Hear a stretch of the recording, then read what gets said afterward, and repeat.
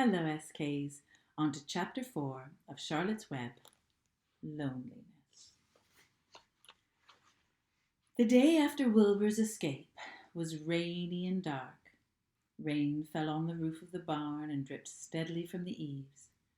Rain fell in the barnyard and ran down in crooked courses along the lane where thistles and pigweed grew.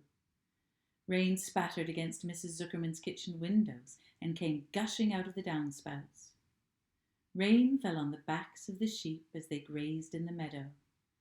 When the sheep tired of standing in the rain, they walked slowly up the lane and back into the fold. Rain upset all of Wilbur's plans. He'd planned to go out this day and dig a brand new hole in his yard, and he had other plans too. His plans for the day had gone something like this. Breakfast at 6:30. Maybe some skim milk and crusts, middlings, bits of leftover doughnuts, some wheat cakes perhaps, potato skins, leftover custard pudding, and bits of shredded wheat cereal. Breakfast would finish at 7 o'clock. From 7 to 8, Wilbur had planned to have a talk with Templeton, the rat who lived under his trough.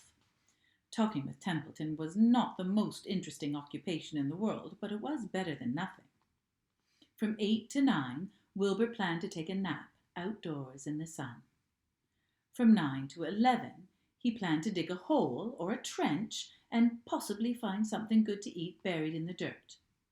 From 11 to 12, he had planned to stand still and watch flies on the boards, watch bees in the clover, and watch swallows in the air. 12 o'clock, lunchtime. More middlings, some warm water, apple parings, meat gravy, carrot scrapings, meat scraps, and the wrapper off a package of cheese. Lunch would be over at 1. From 1 to 2, Wilbur planned to sleep.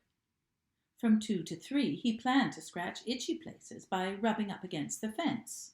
And from 3 to 4, he planned to stand perfectly still and think what it was like to be alive and wait for Fern.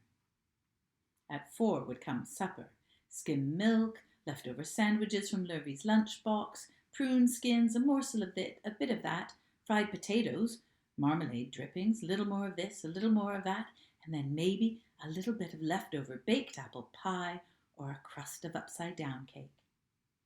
Wilbur had gone to sleep the night before thinking about all these plans.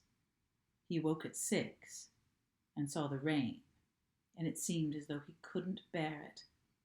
Will I get everything all beautifully planned out, and it has to go and rain, Wilbur said. For a while he stood gloomily indoors. Then he walked to the door of the barn and looked out. Drops of rain struck at his face. His yard was cold and wet. His trough had an inch of rainwater in it. Templeton the rat was nowhere to be seen. "Are you out there, Templeton?" called Wilbur. There was no answer. Suddenly, Wilbur felt lonely and friendless. "Well, one day is just like another," he groaned. "I'm still very young, and I have no real friend here in the barn. It's going to rain all morning and all afternoon, and oh, Fern won't come if it's bad weather. Oh, honestly." And now Wilbur was crying again for the second time in 2 days. At 6:30, Wilbur heard the banging of a pail. Lurvy was standing outside in the rain, stirring up breakfast. "Come on, pig," said Lurvy. Wilbur didn't budge. Lurvy dumped the slop, scraped the pail, and walked away, but he noticed that something was wrong with the pig. Wilbur didn't want food. He didn't want food, he wanted love.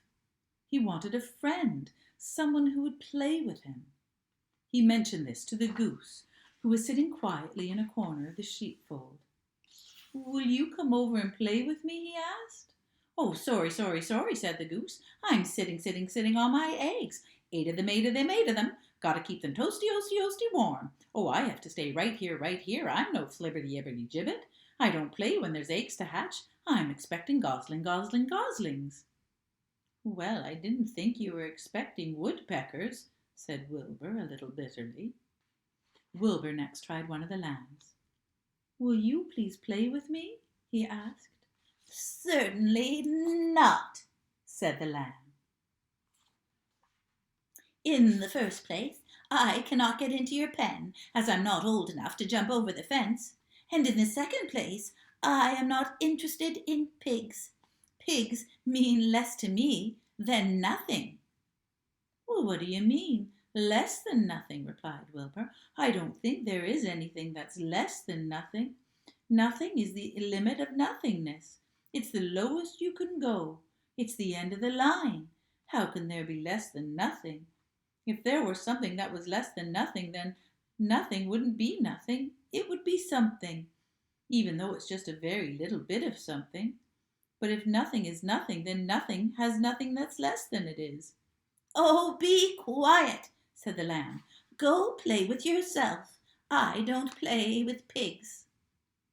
Wilbur lay down sadly and listened to the rain. Soon he saw the rat climbing down a slanting board that he used as a stairway. "Will you play with me, Templeton?" asked Wilbur. "Play," said Templeton, twirling his whiskers. "Play? I hardly know the meaning of the word." "Well," said Wilbur, "it means to have fun, to frolic, to run and skip and make merry." "Nah, I never do those things, not if I can avoid it," replied the rat sourly. "I prefer to spend my time eating, gnawing, spying, and hiding. I'm a glutton, not a merrymaker. Right now I'm on my way to your trough to eat your breakfast, since you haven't got the sense to eat it yourself." And Templeton the rat crept stealthily along the wall and disappeared into a private tunnel that he had dug between the door and the trough in Wilbur's yard. Templeton was quite the crafty rat, and he had things pretty much his own way. The tunnel was an example of his skill and cunning. The tunnel enabled him to get from the barn to his hiding place under the pig trough without coming out into the open. He had tunnels and runways all over Mr. Zuckerman's farm, and he could get from one place to another without ever being seen. Usually he slept during the daytime and only went abroad after dark, but now and then he'd come out if there were good things to eat. Wilbur watched him disappear into his tunnel. In a moment he saw the rat's sharp nose poke out from underneath the wooden trough. Cautiously, Templeton pulled himself up over the edge of the trough. This was almost more than Wilbur could stand. On this dreary, rainy day, to see his breakfast being eaten by somebody else. He knew Templeton was getting soaked out there in the pouring rain, but even that didn't comfort the little pig. Friendless, dejected, hungry, he threw himself down in the manure and sobbed. And there he is, so sad. Late that afternoon, Lurvy went to Mr. Zuckerman.